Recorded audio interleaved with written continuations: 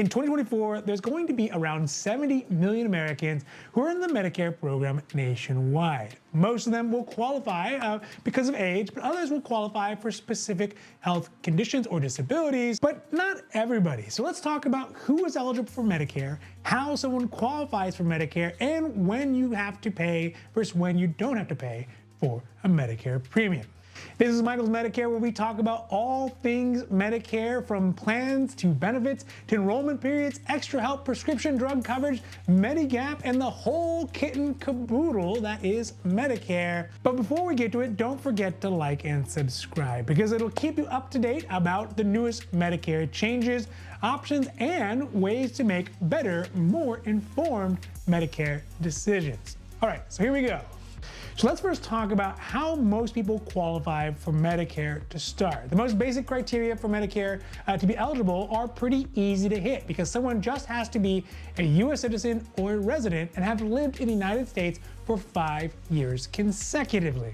So that's it, not too bad, right? But that is just to qualify for Medicare. Healthcare in the United States is quite expensive, and Medicare is no exception. If someone just meets the most basic criteria, the minimum criteria to qualify, and have not had any work history or don't have a spouse who has a work history, they can still get Medicare, but they're still gonna be responsible for 100% of being in the insurance program.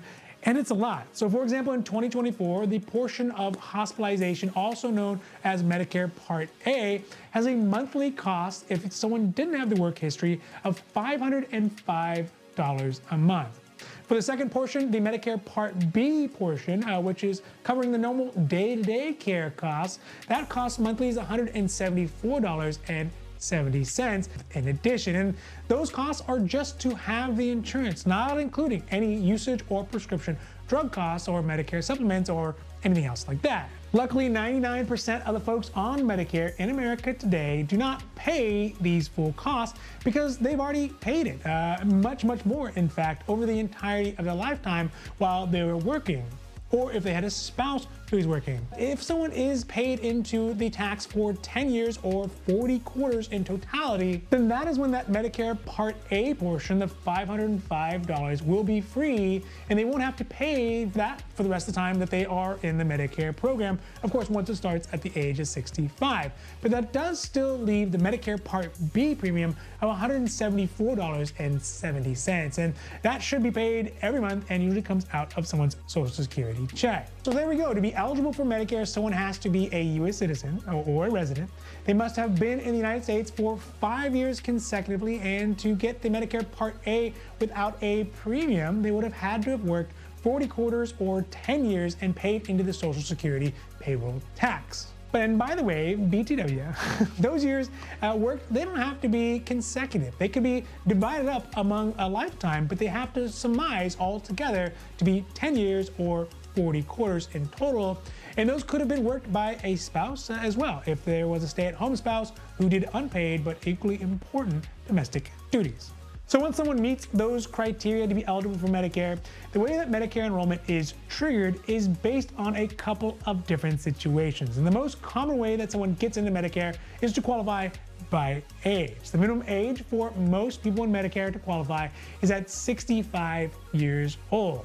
And you might think, well, that's a strange age, because the Social Security retirement age, especially now and maybe even farther down the road, is at 66 or 67 years old. But back in the day when it originally started, it did actually line up with the same age for retirement on Social Security. But again, those keep going up, but the Medicare age stays the same. I digress. For a minority of folks on the Medicare program, they can actually qualify to start the Medicare early if they are disabled for a minimum of 24 months or 2 years. Usually they would have had to have been receiving something like Social Security Disability, SSDI payments for those 24 months, at which point Social Security would automatically enroll them into the Medicare program if they're eligible. Additionally, if someone has specific diseases like end-stage renal disease or ALS or Lou Gehrig's disease, these could also qualify someone to start their Medicare benefits early. So although old age is the most common way for someone to start Medicare, it's not the only way that folks can qualify. Now let's talk about some of those folks who will never qualify for Medicare. And the list is actually pretty short, but the most likely person to not qualify for Medicare ever is if they had not spent enough time in the United States to qualify. Oftentimes we see this with our clients who have brought maybe a family member, a mom, a dad, an aunt, an uncle from outside the United States into the United States, and then they try to get them Medicare, but they haven't been here long enough to qualify. But if they ever do get to that 5-year mark of US citizenship or residency, then they will be able to qualify to get into Medicare, even if they do have to pay some for the premiums. Initially, someone who is not lawfully present, regardless of how much time they spent here and how much Social Security payroll tax they paid, those folks will also never qualify for Medicare as well. And lastly, and sort of the most obvious would be for those folks who don't live in the United States anymore. So expats, for example, they would not qualify for Medicare until they return back to the United States permanently.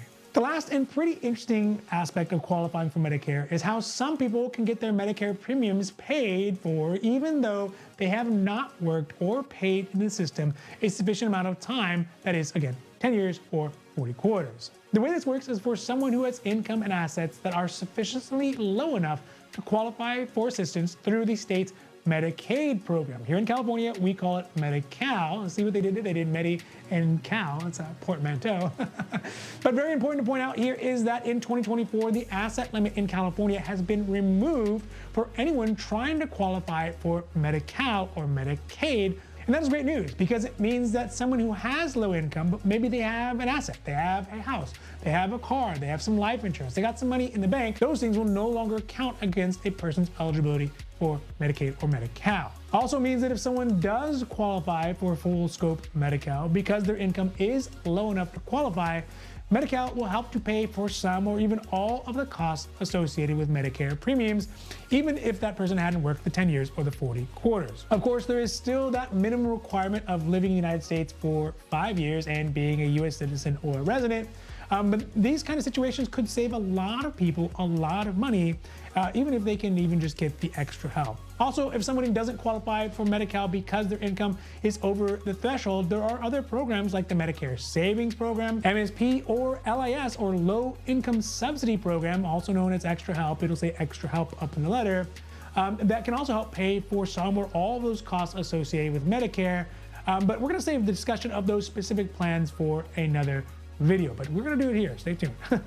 So overall, when we look at Medicare eligibility, it's actually pretty simple. Someone has to live in the United States for a minimum of 5 years consecutively.